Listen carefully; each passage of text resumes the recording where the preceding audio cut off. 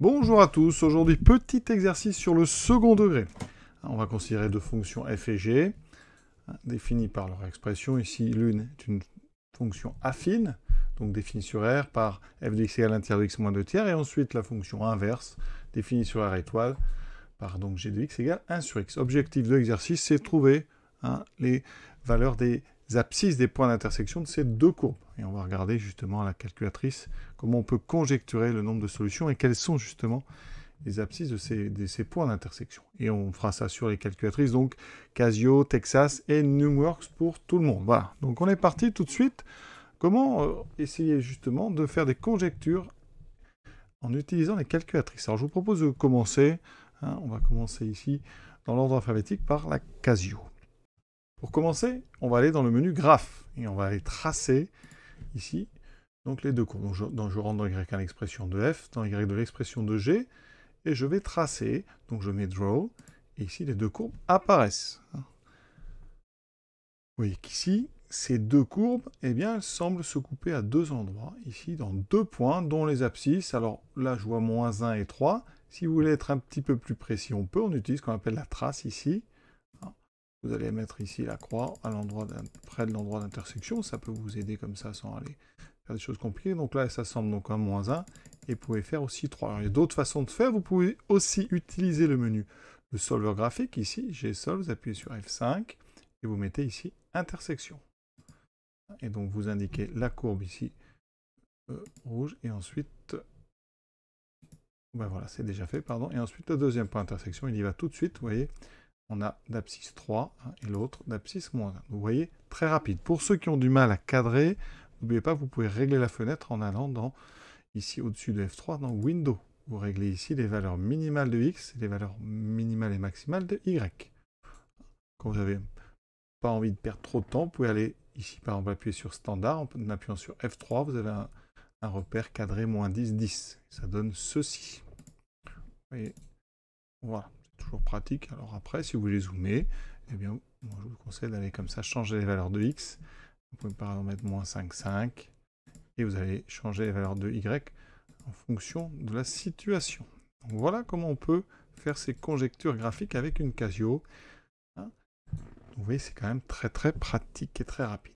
On peut aussi demander s'il n'y a pas d'autres solutions. Alors, la preuve ne sera pas absolue, mais il faut effectivement aller chercher des valeurs de X. Par exemple, vous mettez -100 et 100. Alors, si ça reste clair, ça peut peut-être nous aider. Voilà. Mais vous voyez, plus vous allez vous éloigner, moins vous aurez une vision claire de la situation, mais il semble effectivement qu'on n'ait que deux points d'intersection. Attaquons-nous maintenant à la Texas. Donc ici, vous allez aller dans f de x, et vous allez donc représenter les deux fonctions. Alors là, je ne suis pas au bon endroit, voilà, je quitte f de x. Voilà, j'ai rentré donc y1, y2. C'est pareil que sur la Casio et sur les autres modèles. Ici, vous allez mettre graphe. Les courbes apparaissent, vous voyez. C'est le même que sur Casio.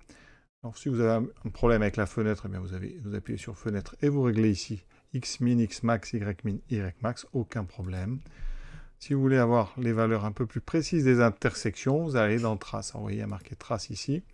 Et vous posez votre petite croix près des points qui vous intéressent. Ou alors, vous allez faire un mode calcul ici, en faisant seconde calcul, et vous allez mettre ici intersection numéro 5. C'est un petit peu plus compliqué sur Texas, il faut encadrer le point d'intersection qui vous intéresse, donc mettez une croix à gauche, ensuite on déplace, on met une croix à droite, voilà, et on rappuie une deuxième fois, une troisième fois pour avoir ici l'intersection qui est en x égale 3, y égale 1 tiers, vous voyez, très pratique, et vous faites pareil pour la deuxième intersection.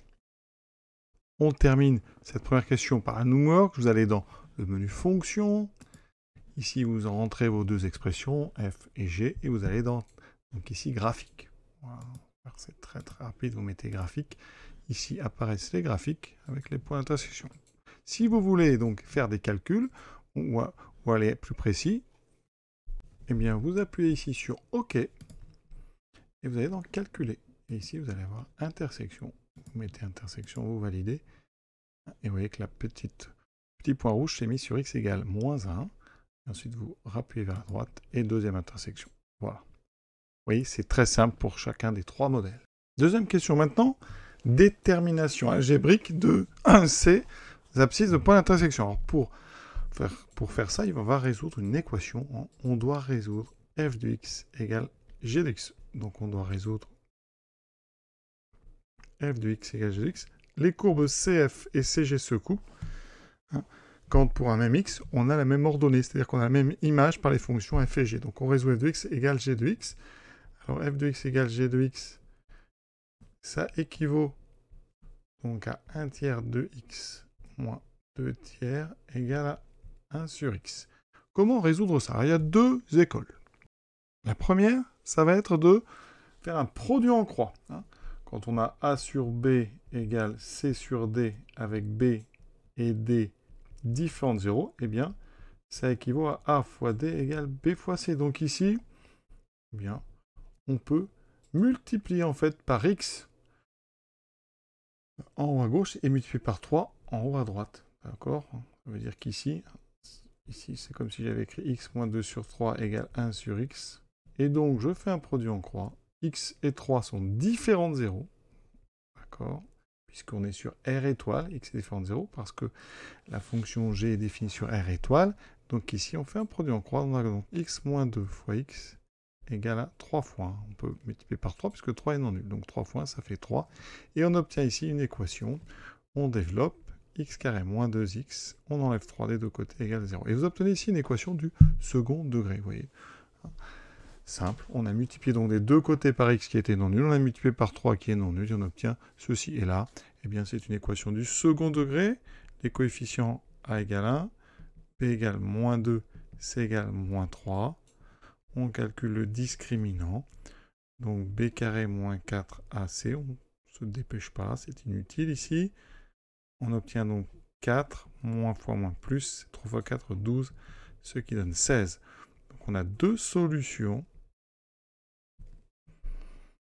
x1 égale moins b, donc 2, moins racine de 16, 4 sur 2a qui vaut 2. 2 moins 4, moins 2 sur 2, on trouve bien moins 1.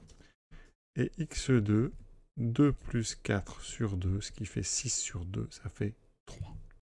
Moins 1 et 3 sont bien non nuls, donc ce sont les solutions de notre équation. Moins 1 et 3 sont différents de 0, donc sont non nuls. Et donc, ce sont les solutions du problème.